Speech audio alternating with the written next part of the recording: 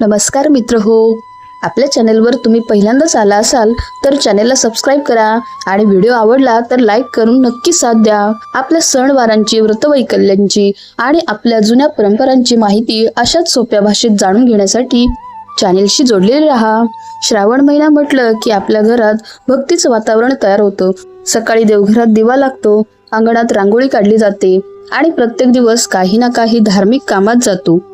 याच श्रावणात येणारा शुक्रवार हा देवीच्या पूजेसाठी खास मानला जातो आणि या दिवशी आपल्या लेकरांच्या सुखासाठी, आरोग्यासाठी आणि रक्षणासाठी केली जाणारी एक सुंदर पारंपरिक पूजा म्हणजे जिवती मातेची पूजा।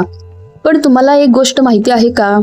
जिवती मातेचा फोटो किंवा मूर्ती घरात नसेल तरी सुद्धा ही पूजा करता येते। होय, त्यासाठी मोठी तयारी किंवा महागड्या वस्तूंची गरज नाही।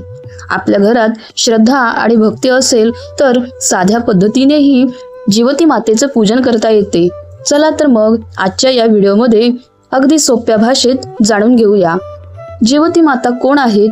श्रावणातील शुक्रवारी त्यांची पूजा का केली जाते? फोटो किंवा मूर्ती नसेल तर पूजा कशी करायची आणि आपल्या लेकरांसाठी कोणती प्रार्थना करायची? व्हिडिओ शेवटपर्यंत नक्की पहा। आपल्या गावाकडच्या जुन्या परंपरा पाहिल्या तर आई आपल्या लेकरांसाठी किती काळजी करते हे आपल्याला माहीतच आहे। लेकराला साधं ताप आला तरी आईची झोप उडते। लेकराला काही झालं की आई आधी देवापुढे हात जोडते, देवा माझ्या लेकराला काही होऊ देऊ नकोस। हीच आईच्या मनातली भावना जिवती मातेच्या पूजेमागे आहे।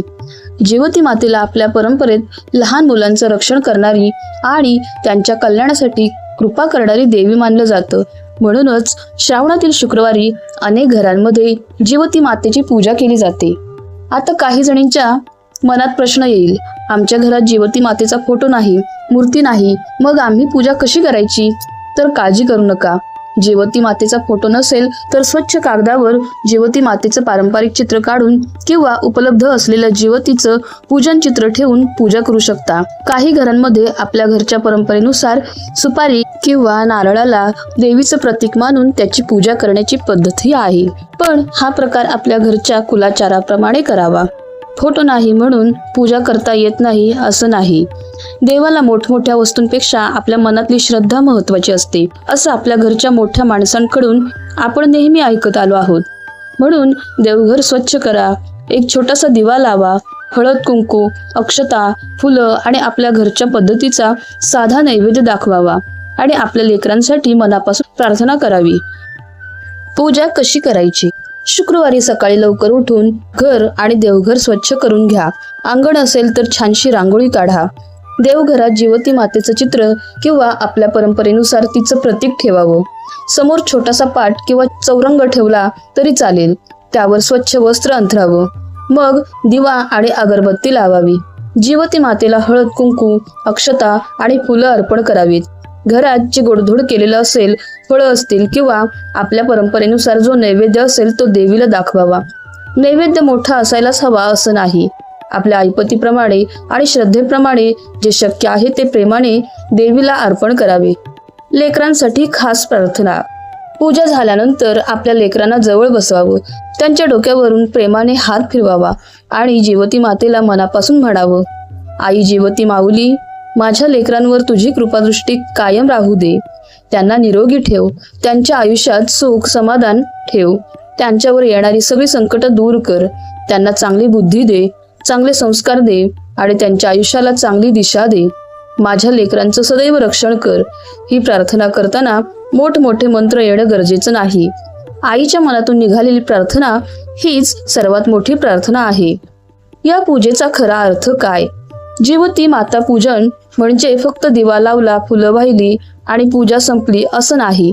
या पूजेच्या निमित्ताने आपण आपल्या लेकरांसाठी थोडा वेळ काढतो, त्यांच्या आरोग्याची काळजी घेतो, त्यांना चांगले संस्कार देण्याचा प्रयत्न करतो आणि देवापुढे त्यांच्या उज्ज्वल भविष्यासाठी हात जोडतो। पूर्वीच्या काळात घरातल्या आजी, आई या परंपरा जपायच्या। आज आपण कितीही पुढे गेलो असलो तरी आपल्या लेकरांसाठी असलेलं आईचं प्रेम तेच आहे। म्हणूनच जिवती मातेची पूजा आजही अनेक घरांमध्ये श्रद्धेने केली जाते। शेवटी एक महत्वाची गोष्ट, जिवती मातेची पूजा ही आपल्या श्रद्धेचा आणि परंपरेचा भाग आहे।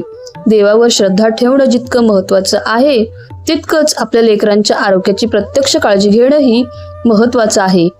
त्यांना योग्य आहार द्या, स्वच्छतेची काळजी घ्या, वेळच्या वेळी लसीकरण आणि आरोग्य तपासणी करून घ्या आणि गरज असेल तर डॉक्टरांचा सल्ला नक्की घ्या. श्रद्धा आणि आपली जबाबदारी दोन्ही सोबत असतील तरच आपल्या लेकरांचं आयुष्य सुखाचं होईल. मैत्रिणींनो, श्रावणातील हा शुक्रवार आपल्या लेकरांसाठी प्रेमाने, श्रद्धेने आणि भक्तीने साजरा करा. जिवती मातेच्या चरणी एवढीच प्रार्थना करा, आई जिवती माऊली, सगळ्या लेकरांचं रक्षण कर, त्यांना निरोगी ठेव, सुखी ठेव आणि त्यांच्या आयुष्यात सदैव आनंद ठेव. जय जिवती माता, जय भवानी, हर हर महादेव.